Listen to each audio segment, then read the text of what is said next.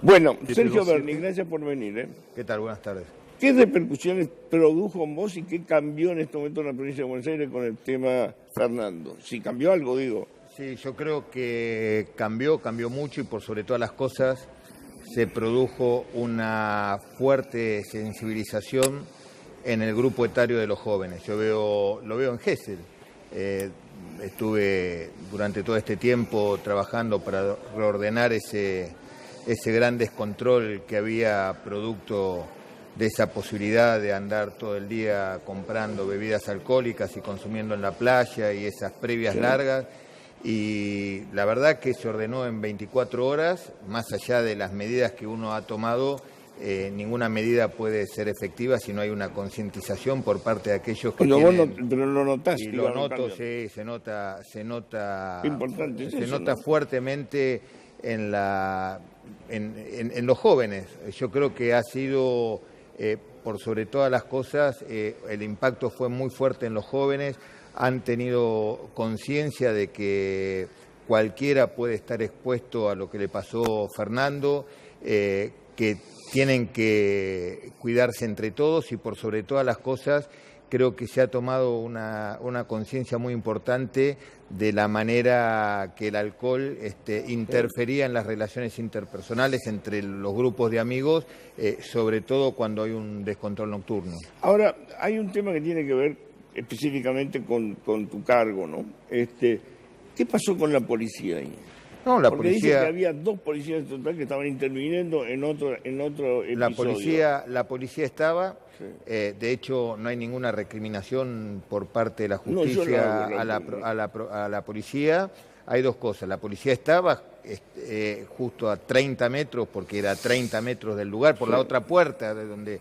El boliche tiene 2 puertas, sí. Una que da a una calle y la otra a la otra calle. En la que daba a la otra calle hubo un disturbio, la policía fue, porque hay que recordar que Fernando estaba sentado tomando un helado, no es que es producto de que había un disturbio y la policía se desentendió de ese disturbio. La policía entendió que había un disturbio a 30 metros de ahí. Se corrió para ver lo que pasaba y en ese momento aparecieron estos locos que le pegaron a Fernando sin mediar ningún tipo de palabra ni discusión previa y de hecho la policía llegó casi instantáneamente. Lo que pasa que la patada fue absolutamente mortal y a partir de allí se produjo ese desenlace. Además, está claro que esto no es una cuestión de seguridad, esto es una cuestión de comportamiento humano, como bien lo analizábamos recién. Si una persona loca sale de un boliche y le pega a otra, no hay policía en la provincia de Buenos Aires que pueda custodiar la cantidad de locuras que hay. Entonces, por suerte la policía estaba, lamentablemente pasó lo que pasó, porque este grupo de personas estaba totalmente actuando de manera irracional. Pero lo más importante, vuelvo a su pregunta, yo creo que esto ha servido como una fuerte concientización por parte de los jóvenes. Una bisagra. Pero se ve, yo le puedo asegurar que yo la semana anterior estuve en Gesell, ahí hay un boliche que es muy importante, que alberga mucha gente. Yo nunca había visto tantos jóvenes llegar en colectivos ya totalmente alcoholizados, entrar al boliche como entraban. La verdad que era un descontrol. A partir de ahí lo llamé al intendente, le expliqué, eso no podía pasar. Bueno, estaba esa ordenanza que permitía el uso de alcohol, por lo tanto no se podía hacer nada, hasta tanto el intendente entendió que había que terminar con eso, firmó la ordenanza prohibiendo el uso de alcohol en la vía pública y a partir de allí se ordenó. ¿Fue a instancia tuya? ¿Cómo? Sí, fue a instancia con la ministra de Gobierno, Teresa García. Tuvimos una larga conversación explicándole que no se podía seguir de esa manera, pero por sobre todas las cosas, la concientización por parte de los jóvenes. Fue un antes y un después, fue una bisagra, cómo los chicos llegan a la noche, cómo respetan el horario de entrada a las 2 de la mañana, cómo van mucho más organizados, no van totalmente alcoholizados, inclusive cómo ha cambiado el consumo de alcohol adentro del boliche. Estuve esta semana a las 5 de la mañana viendo cómo se iban del boliche y la verdad que me ha llamado la atención en lugares donde hay más de 5.000 chicos, verlos salir prácticamente, no salir alcoholizados. Me llamó poderosamente la atención la manera que afectó y la manera que se concientizó el grupo de jóvenes. Ahora, vos como ministro, ¿creés que hay que cambiar la regla de la nocturnidad? ¿Que hay que volver a límites horarios? Más que cambiar las reglas de nocturnidad, no hay que facilitarle. Yo creo que si hay algo que nos ha enseñado que los límites existen, hay que ponerlos y los límites están para respetarlos. Cuando uno a un grupo de jóvenes lo deja libre, le da mucho tiempo para que tomen alcohol, esas previas. ¿Cuál es el gran problema cuando uno analiza cuando habla con los padres? Sobre todo en Capital, no es lo mismo el interior de la provincia de Buenos Aires que Capital y el primer cordón del conurbano.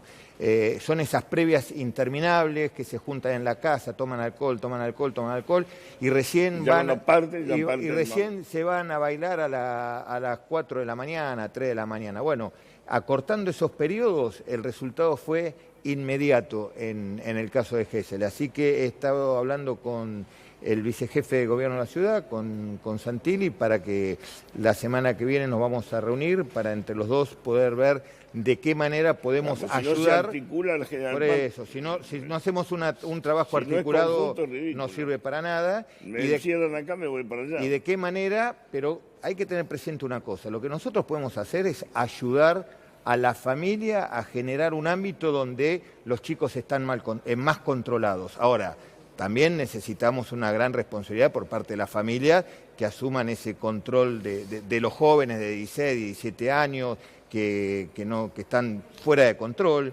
que en muchos casos, porque esto lo estamos estudiando, cómo se origina, estoy estudiando con el doctor De Rosa, que es una de las personas que más entiende de violencia y que más ha estudiado lo que significa la violencia y el grupo etario juvenil.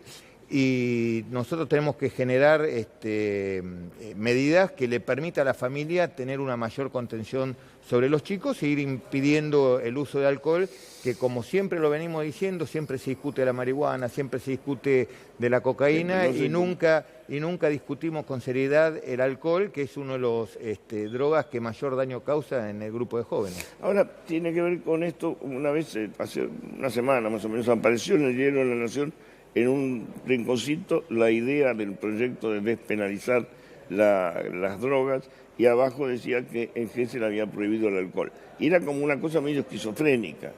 Si liberamos uno y prohibimos el otro, digo, era raro. Lo que digo, ¿en qué contexto estás hablando vos de alguna manera despenalizar el consumo de la droga? Son dos cosas distintas. Primero, todo el mundo ahora habla de la ley seca en Gesell. Eso no es una ley, no es prohibir la venta de alcohol. Lo que en Gesell se prohibió es el consumo de alcohol en la vía pública. De la misma manera que está prohibido fumar en un espacio público, en un restaurante. ¿Eso cambia en algo el hábito de fumar? No, eso tiene que ver con cuestiones secundarias. Ahora bien, cuando hablamos de despenalización, pensamos... La despenalización tiene una relación directa con el consumo, son dos cosas totalmente distintas. Cuando uno habla de despenalización de una droga, lo que está pensando son en las consecuencias que produce en el comercio de la droga, que es lo que está penado, porque lo que está penado es el comercio de la uso. ¿Y eso qué es lo que se genera? Violencia, se genera mucha violencia, corrupción y lavado de dinero. Cuando nosotros tenemos que estudiar de qué manera podemos atacar el menor consumo de droga, no está por la penalización o despenalización, viene por la prevención. Son dos caminos totalmente distintos, uno es materia de salud pública, el otro es materia de seguridad. Por eso, a la hora de hablar de estos temas, son temas muy complicados, pero que hay que abordarlos. La sociedad tiene que empezar a interiorizarse, tiene que empezar a discutirlo. Nosotros necesitamos interpelar a la sociedad. ¿Cuál es la experiencia uruguaya en ese sentido? La experiencia... Creció el consumo, me dicen. Sí, son dos cosas distintas. Por eso le vuelvo a repetir. Si usted me dice, para que se entienda bien, si usted me dice, vamos a despenalizar la marihuana, como en el caso de Uruguay, y vamos a ver si el consumo sube o baja, no tiene efecto. A ver, es lo mismo que diga, bueno, vamos a despenalizar la marihuana y vamos a ver si el dólar sube o baja. No tiene nada que ver una cosa con la otra. La despenalización tiene que ver con la violencia. Lo que tenemos que ver es si desde que se despenalizó la marihuana bajó los índices de violencia, que es lo que pasa en Rosario, en materia de narcotráfico. Los índices de consumo se ven desde otro punto de vista que no tiene que ver con la despenalización. Yo estoy convencido que la experiencia de Uruguay no va a ser fructífera porque se queda a mitad de camino, porque no se puede penalizar o despenalizar una sola droga. Cuando se toma una decisión tiene que ser en conjunto, porque si no... Todas las drogas. Y porque si no se actúa, el efecto que se busca no tiene el resultado final. ¿Por qué? Porque se queda a medio de camino. Ahora, hay que ser muy sincero. El único camino es la despenalización. No, nadie sabe qué puede pasar con la despenalización porque no hay ningún caso estudiado en el mundo. Entonces, lo que necesitamos primero es entender el grave problema que tenemos con el narcotráfico, entender que el narcotráfico genera violencia, genera corrupción, genera alteración de los factores económicos en las regiones donde actúa y que tenemos que responsablemente dedicarnos. No podemos seguir implementando la misma terapéutica que hace 40 años, que el único resultado que vemos es totalmente negativo. No hay un solo país en el mundo que haya podido mostrar un éxito de lucha contra el narcotráfico manteniendo este mismo paradigma que se ha implementado de Nixon para aquí. Entre los 3 o 4 cargos peores que hay en Argentina, vos agarraste uno. Es el ministro de Seguridad, el peor probablemente. En realidad, cuando hablamos... Digo, si había 4 cargos, 3, vos te compraste el primero, digamos. Lo que quiero saber es, ¿te sentís cómodo en eso? Sí, cuando uno, en realidad, no es peor o mejor, es muy ingrato, ¿no? Porque uno siempre es el ministerio de las malas noticias, sí. Se comunican permanentemente malas noticias, pero la verdad que uno se siente orgulloso de poder estar en uno de los lugares más difíciles, en uno de los lugares donde más atención se requiere, en uno de los lugares donde se necesita mayor compromiso y responsabilidad, y hacerlo con esa pasión que uno lo hace todos los días. Así que lejos de ser una carga, para mí es un honor. Controversia hasta con el propio presidente. Bueno, pero yo no le saco el culo a la jeringa, soy de las personas que soy cirujano. Los cirujanos no podemos abandonar una operación en el medio porque no nos gusta, porque se nos complica, y para eso nos preparamos, no somos improvisados, nos preparamos toda la vida para esto y tenemos el honor de poder confiar con el gobernador que nos ha dado semejante responsabilidad.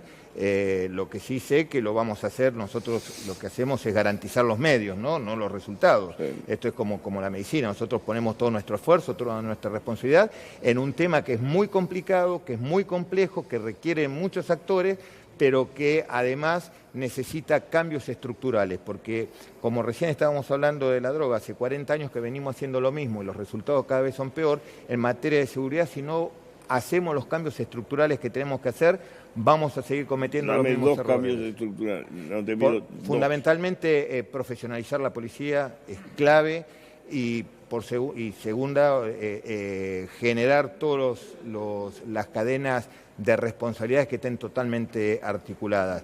Tiene mucha injerencia la educación, tiene mucha injerencia las políticas de desarrollo social en el marco del control de la seguridad, y que si eso no está articulado son esfuerzos que separados no suman. ¿Tenés suficiente cantidad de policías en la provincia? No, para nada. No solamente tenemos un déficit tremendo de policías y los que tenemos están... ¿Pero cuánto hace falta? ¿El doble? No, lo que pasa es que la provincia de Buenos Aires tiene 316.000 kilómetros cuadrados. Usted calcule que de los 90.000, yo le hago un cálculo rápido, nosotros decimos, bueno, tenemos 90.000 policías, sí, bueno, 90.000 es un número en abstracto fuerte, de los 90.000 hay 20.000 que no ejercen tareas de seguridad ciudadana. ¿Por qué? Porque son policía científica, administrativos. ¿Qué quiere decir administrativo? ¿Que es un policía que está en una máquina de escribir y podría estar en la calle trabajando? No, es una secretaria que entró a la policía como secretaria y que no está preparada para llevar un arma a la calle. O sea, son 70.000. De esos 70.000, de ahí ya tiene que empezar a descontar lo que es, tiene un gran alto índice de ausentismo. uno de los índices de ausentismo más grandes en la policía, estamos hablando casi entre un 12 y un 13%. Después tenemos... Permanente, o sea, hay sí, 7.000 policías que no están porque están... Exactamente. Después de eso tiene que aquellos que están sumariados, este gobierno dejó 40.000 sumarios, hay 5.000, 6.000 policías que están cobrando el sueldo y que no van a trabajar, que todavía estamos tratando de... concreto, personal de tropa. ¿Cuánto te queda? ¿10.000? Y usted eso lo divide, porque además usted calcule que tiene que tener las 24 horas del día, los 7 días de la semana, los 365 días del año. O sea, lo que le queda lo tiene que dividir por 5. Así que usted en la calle tiene 10.000 policías. Ahora, el problema de la seguridad se resuelve con más o menos policías, seguramente que es un factor que hay que tener en cuenta, pero si no articulamos todos los demás integrantes en esta cadena de responsabilidades, que es uno de los desafíos más importantes, todo lo que hagamos, lejos de sumar, resta. Ahora, digo, ¿tu relación con Sabina Frederick mejoró? ¿Tenés buena relación? La verdad que esto no es una cuestión, mire, yo le voy a decir muy sincero, el gobierno no es un club de amigos. No. El gobierno es un lugar donde cada uno de aquellos actores tiene la responsabilidad de gobernar. Gobernar significa, entre otras cosas, discutir proyectos, discutir diferentes programas, tener una mirada hacia futuro. En esa discusión usted tiene la obligación de tener una diferente mirada táctica. Porque como decía Freud, cuando dos personas piensan exactamente igual es porque una piensa por la otra. Y si hay algo que no podemos darnos el lujo en la Argentina es de que piense solamente uno. Necesitamos varias cabezas pensando. Entonces, tenemos la obligación de discutir. Ahora, eso tiene que ver con las relaciones interpersonales. Esto no son cuestiones personales. Yo puedo estar de acuerdo con usted o no estar de acuerdo con usted. Y eso no quiere decir que tengamos un problema personal. Tenemos diferentes miradas. Bienvenido sea que tengamos diferentes miradas. El tema es cuando las miradas se llevan adelante. Si yo tengo una política de no taser en la ciudad de Buenos Aires, a nivel nacional, y vos tenés una política de sí taser en la provincia de Buenos Aires, produce un choque. No, mire, no produce un choque. O la acción... Primero vamos a ordenar las cosas. Primero discutir sobre las taser es discutir sobre algo que nunca va a pasar. Sí. Porque la verdad que si usted me dice, en la policía le gustaría tener taser, me encantaría que los 90.000 policías de la provincia de Buenos Aires tengan taser. ¿Es una realidad? No, porque no tengo cubierta en los patrulleros. Tengo los patrulleros parados porque no tienen cubierta. Entonces, ¿quién puede estar pensando en poner una taser? ¿Vos tenés patrulleros parados porque no hay cubierta? Yo tengo patrulleros parados porque no tienen cubierta, tengo patrulleros parados porque les falta una bujía, la verdad que cuando el gobernador dice la provincia de Buenos Aires es tierra arrasada, créame que si el gobernador encontró la palabra justo, es tierra arrasada, no solamente en seguridad, en los diferentes estamentos de la provincia. ¿Estuvo mejor? ¿Estuvo mejor? ¿Cómo si estuvo mejor? Con el gobierno de Cristina. Mire, yo me acuerdo, por ejemplo, cuando yo era secretario de Seguridad, nosotros mismos desde el gobierno nacional hemos comprado, no me acuerdo, pero infinidad de patrulleros para la provincia de Buenos Aires. Yo sé que, por ejemplo, la gendarmería la rearmaste a cero, digamos. La Gendarmería, la Policía Federal, hoy la Policía Federal tiene la tecnología, después lamentablemente cuando la Policía Federal traspasa al gobierno de la Ciudad de Buenos Aires, no solamente la parten en la capacidad de recursos humanos, sino que le entregan gran parte de las inversiones tecnológicas que hicimos los argentinos, porque hay que tener presente una cosa, las fuerzas federales son de todos los argentinos.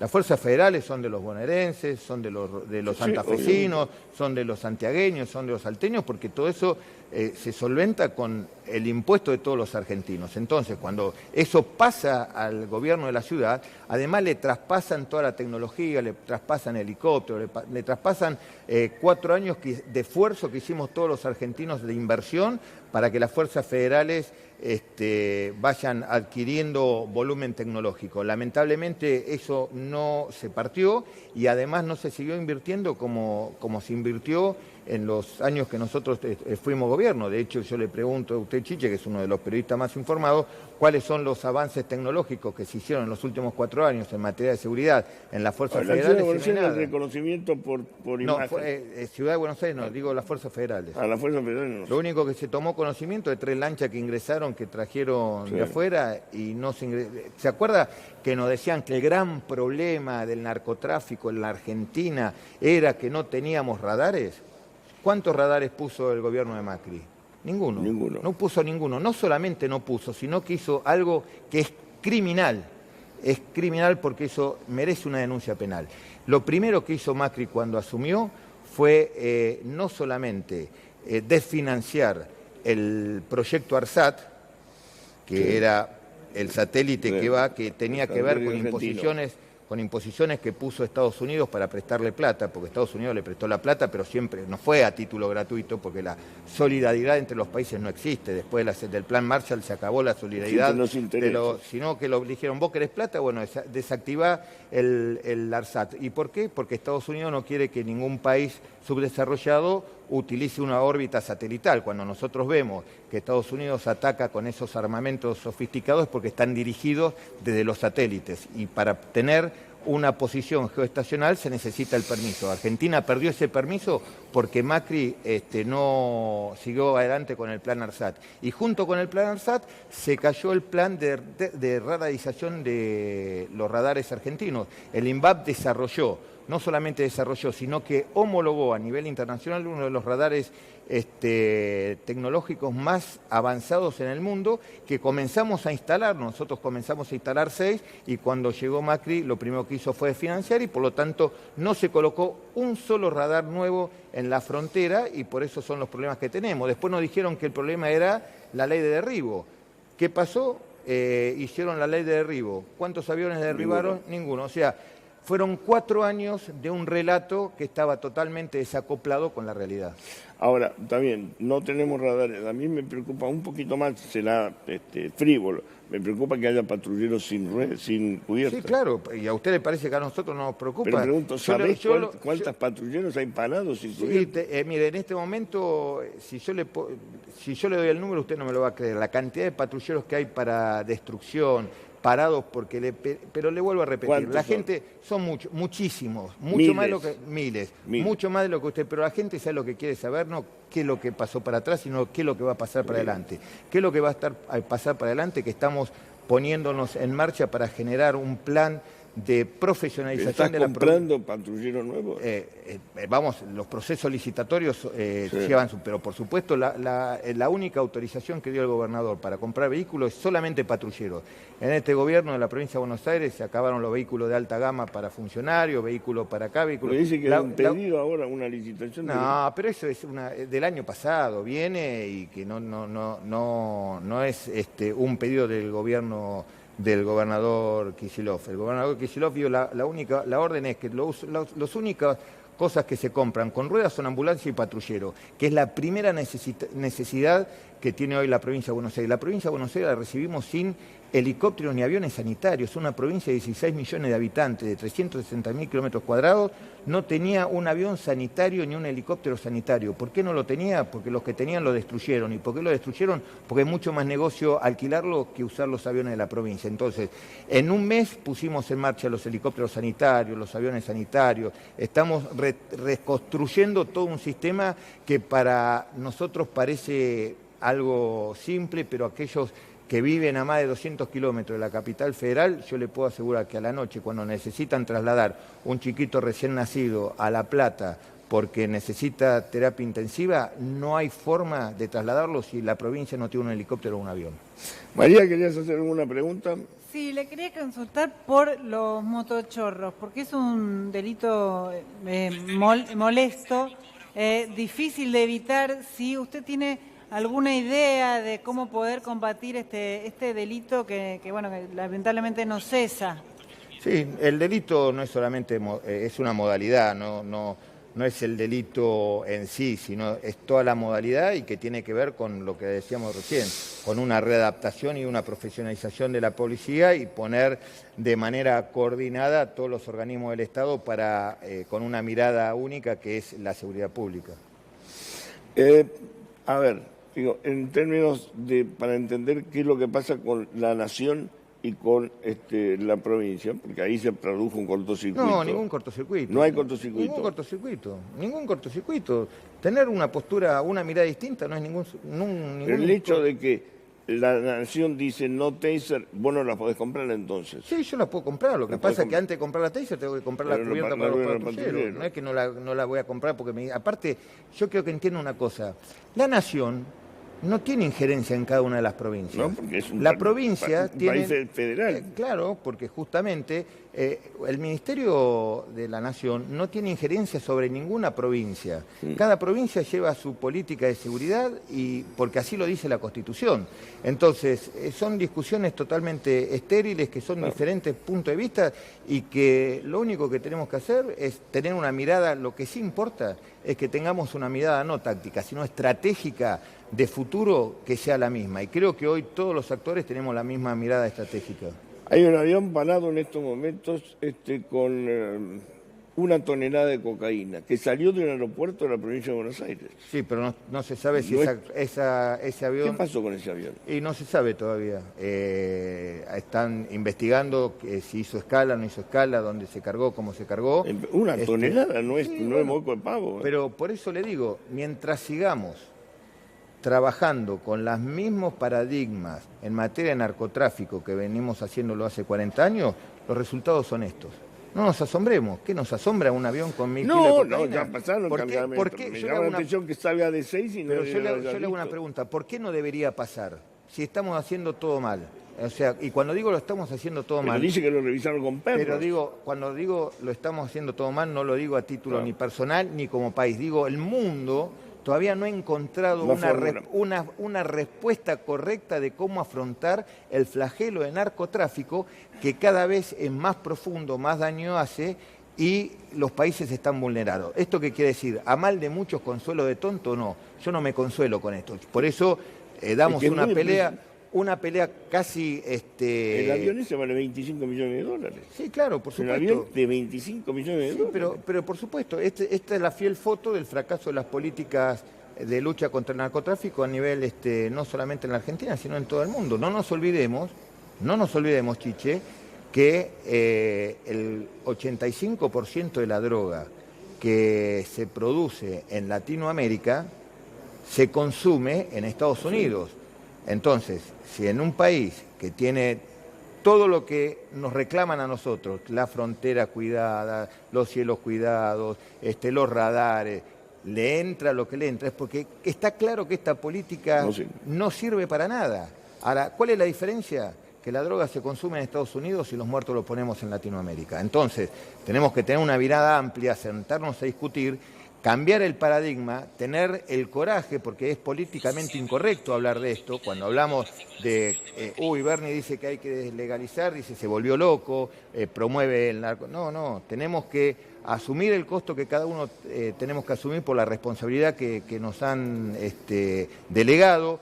Tenemos que generar las discusiones que sean necesarias, tenemos que interpelar a la sociedad y por sobre todas las cosas tenemos que comprometer a los legisladores que tienen la responsabilidad de sentarse a legislar para que estas cosas no sucedan. Fíjese, recién yo estaba mirando lo que estaba pasando en la cárcel de Dolores. La cárcel de Dolores es un escándalo. Es un escándalo. Sí. Tiene 150 años que casi tiene, 127 años. Tiene los índices de superpoblación, más uno de los índices de superpoblación. Tiene más de 4 veces la cantidad de presos que debería tener.